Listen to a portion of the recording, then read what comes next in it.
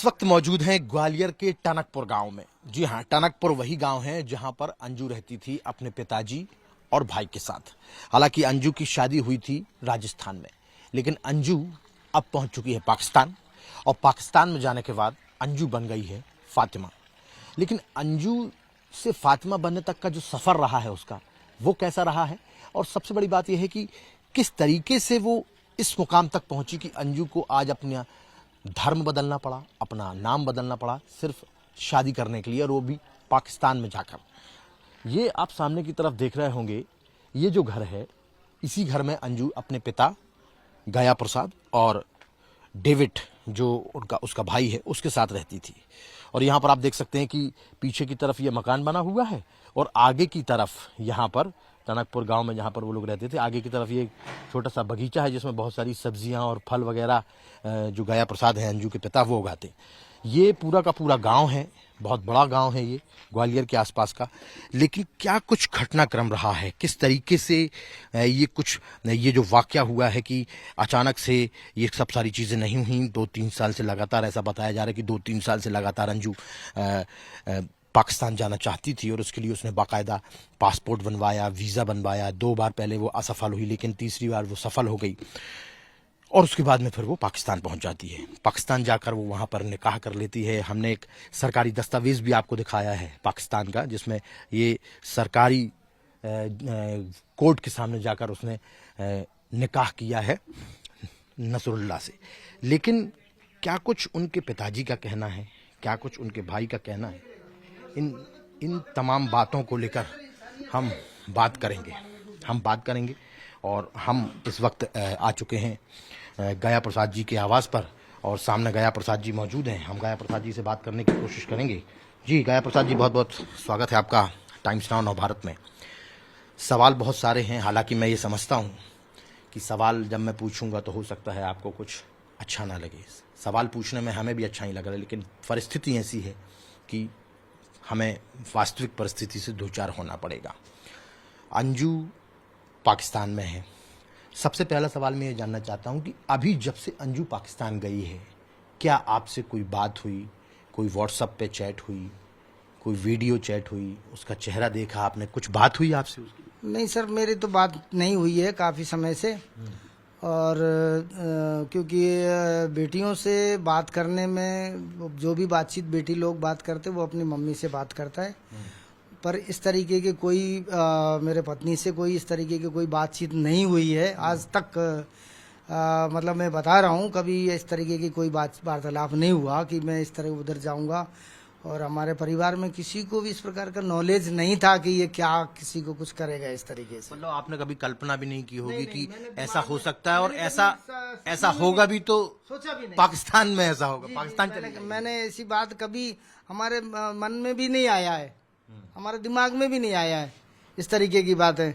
हाँ, कभी कभी न्यूज़ में देख लेता था तो वो मतलब किसी लड़की के औरत के बारे में, तो वो मुझे बहुत मतलब मैं देखता भी नहीं था, मुझे कुछ घृणा सी होती थी।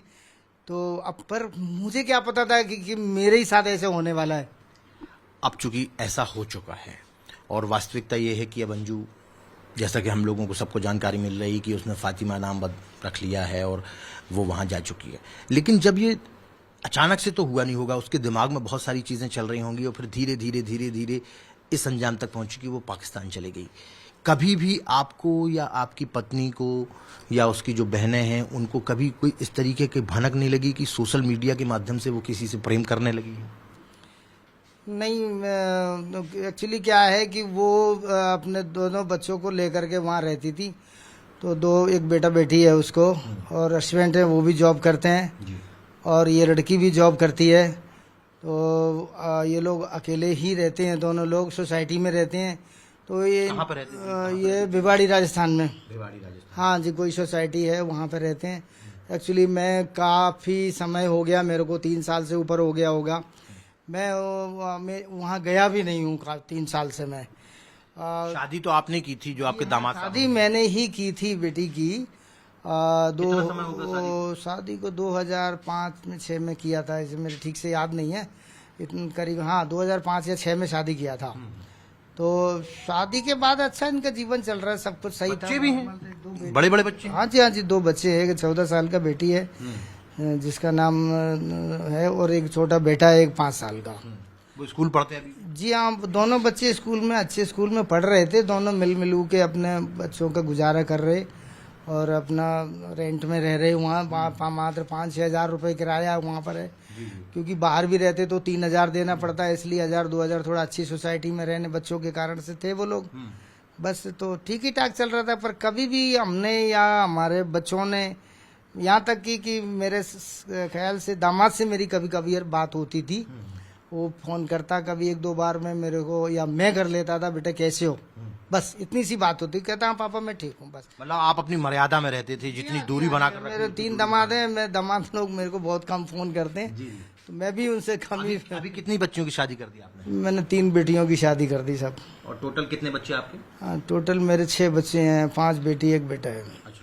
अच्छा, अब जो सीमा के जो हस्बैंड वर्तमान में जो थे भीलवाड़ा में, उनके साथ आपकी बात हुई कुछ इस विषय को लेकर? उन्होंने कुछ बात पूछा कि पिताजी अचानक से ये हो गया? आपने पूछा अचानक से? सीमा अंजू का जो अरविंद है ना मेरा दामाद, तो वो उसका मेरे पास परसों के दिन फोन आया था, सॉरी कल के सुबह फोन किया था मैं नहीं किया था, इसलिए किया था कि पता नहीं उसकी मनोस्थिति क्या होगी, इसलिए मेरे मन में आया, क्योंकि उनका मम्मी भी नहीं, उनका पापा भी नहीं है, माँ बचपन में गुजर गया, पापा भी गुजर गया। तो मेरे दिल में सुबह मैं मतलब बैठा हुआ था शांत में, मेरे दिल में आया, मैंने वो भी एक बेटा है हमारा, उससे भी खबर लेता हूँ, मैंने फ़ोन किया, बेटा कैसे हो, तो वो रोने लग गया। मैंने बेटा क्या बात है, क्यों रो रहे? बोले पापा खबर अच्छी नहीं है, वो शादी करने जा रही है, मैं आपको वीडियो भेजता हूँ। मैंने कहा बेटा मैं क्या कर सकता हूँ, जहाँ पर आप हो वहीं पर मैं हूँ, पर मैंने आप कहाँ हो? बोले मैं अपने घर से दूर कहीं एकांत में बैठा हूँ, शांति नहीं मिल रही है मुझे, और मैं बहुत बेचैन हूँ, और मेरा इस दुनिया में कोई नहीं है। मैंने कहा बेटा मैं हूँ, आप घबराओ मत। आपने ढांढस बंधाया? हाँ, मैंने कहा बेटा तसल्ली करो, आपका कोई जानने वाला है, आप वहाँ पर चले जाइए, पानी वानी पियो, आराम से रहो, चिंता नहीं करो, हम तुम्हारे साथ हैं। ये मैंने उनको तसल्ली देके फोन कर दिया। आप साथ में हैं, लेकिन आपकी बेटी अंजू उनके साथ में नहीं है, बच्चों के बारे में भी उसने नहीं सोचा? और बच्चे क्या सोच रहे होंगे इस वक्त, उनको मन में क्या चल रहा होगा? बच्चे, अब छोटा बेटा वो 5 साल का, वो तो क्या सोचेगा, बेटी है ना, अब वो बेटी से क्या बोल के गया और किस तरीके से, मैंने अभी तक बेटी से बात नहीं किया है, क्योंकि वो काफ़ी डरे हुए से सहमे हो गई है, लड़की है वो, क्या बोल सकते हो। आपकी पत्नी को भी पता चला होगा, आपकी पत्नी इस वक्त कहाँ है, और उनसे आपकी चर्चा हुई आपकी पत्नी से, मतलब अंजू की माँ से? है पत्नी तो बच्चों के साथ है। हाँ, मेरी पत्नी, आपकी पत्नी? हाँ जी, हमारी पत्नी बच्चों के साथ है, बच्चों की देखरेख करने के लिए।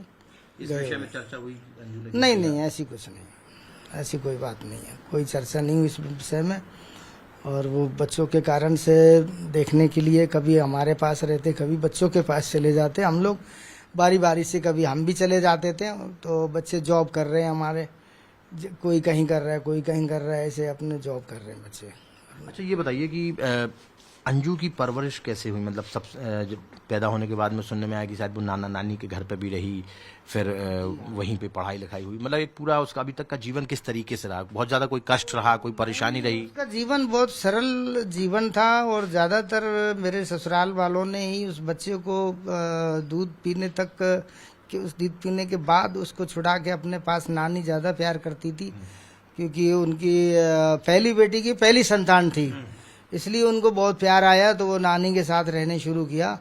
और करीब वो बड़ी होने तक 8वीं क्लास तक उन्होंने पढ़ाई भी करवाया इसका, और अपने पास ही रखा है उस लड़की को। तो मेरे पास बहुत कम रहा है, जब वो करीब 14, 15, 16 साल का हो गया, उसी समय मेरे पास आया। वो बाकी का पढ़ाई उनका 8वीं क्लास तक वहाँ हुआ, 2 साल सिर्फ हमने पढ़ाया उसको, वो भी पढ़ने में तेज नहीं होने के कारण से वो पढ़ नहीं पाया। 10वीं क्लास बड़ी मुश्किल से, मतलब पेपर दे के प्राइवेट से हो गया वो, तो इस तरीके से जो है उनका पालन पोषण ज़्यादातर ननिहाल में हुआ है। हाँ, वो आपको क्या लगता है कि अंजू ने ये कदम उठाया है, इसके पीछे क्या कोई साजिश भी हो सकती है? कोई उसको भड़कला सकता है? हो सकता है कि उसका इस्तेमाल करके, उसका फ़ायदा उठा के कुछ ऐसी चीज़ करने पे मजबूर कर दे जिससे जो नागवार हो? आपको लगता है ऐसा हो सकता है? कोई साजिश भी हो सकती है? देखो, मैं ये सब चीज़ों के ऊपर विश्वास नहीं रखता हूँ। दुनिया में कई प्रकार के लोग ढोंग करते हैं, जादू टोना करते हैं, मैं इन चीज़ों के ऊपर विश्वास नहीं करता हूँ। हाँ, कुछ परसेंट ऐसा है कि कुछ लोग ब्लैक जादू या कुछ करके घुमा देते हैं दिमाग को। हाँ, इतना तो मैं सुना भी है, देखा भी है। तो मुझे भी ऐसे लग रहा है कि ये लड़की को भी जो उस लड़के से बात करती थी, तो कुछ मुझे ये अनुभव हो रहा है। और हमारे उम्र के हिसाब से मुझे लग रहा है कि फ़ोन के द्वारा कभी कभी ये लोग अपना एलम कुछ फूंक देते हैं कान में बात करते समय, तो उनका माइंड चेंज हो जाता है। जी हाँ, माइंड ऐसा लगता है आपको कि कोई काला जादू है, कोई कुछ किया? सीधी और सरल लड़की है ये, एकदम सीधा सरल लड़की। आप कल्पना नहीं कर सकते थे कि ऐसा भी कर सकती है? डरपोक लड़की है इतना। पाकिस्तान पहुंच गई? जी हाँ, इतना डरपोक लड़की है। जो शायद अकेले ग्वालियर से भीलवाड़ा ना जा पाए। जी हाँ, डरपोक लड़की इतनी है कि उसको इतना टेंशन हो जाता थोड़ी सी बात के लिए।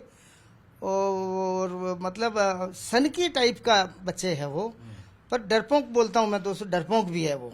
मेरे से तो बहुत डरती थी और मैंने उसको डांटा है, तो मतलब मेरे सामने नहीं आएगा, इतना डरता था मेरे से वो बच्चे।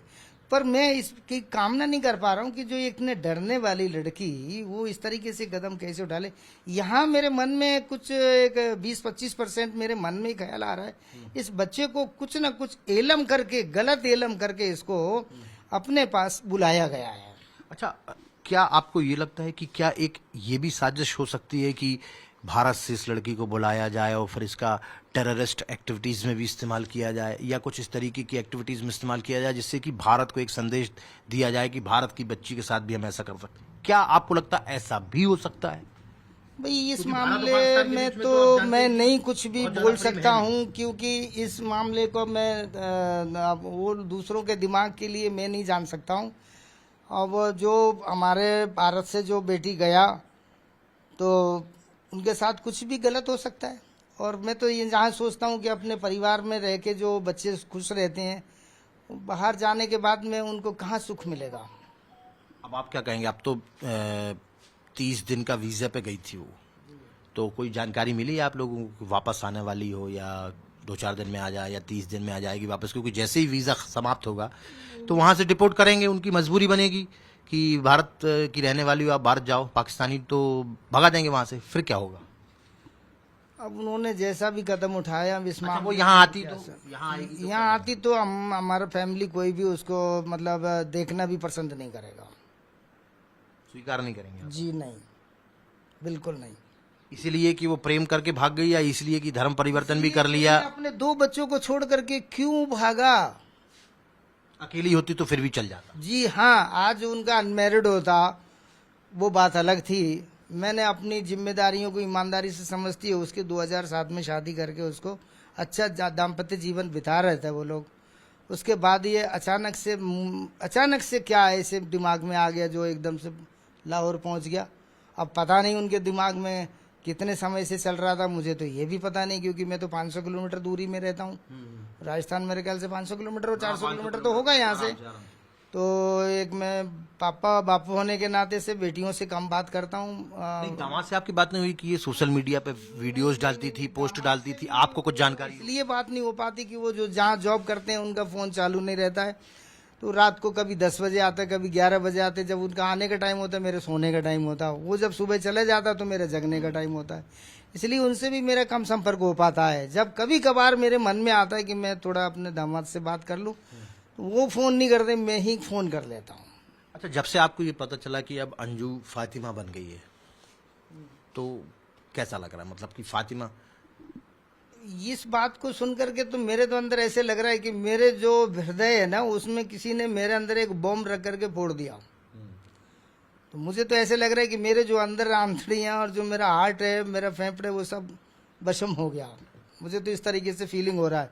First chance. दूसरी बात यह है कि जब यहाँ से गई तो मुझे यही लग रहा है मेरा डेड बॉडी के लांग करके वो चले गया।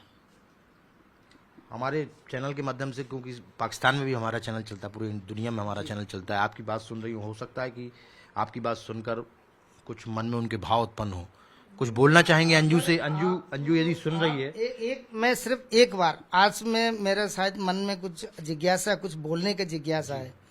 मैं उनको कुछ बोलना चाहता हूँ, संदेश देना चाहता हूँ। अगर आप उनसे बात करा सकते हैं तो एक बार मेरे को लाइव में बात करा दीजिए।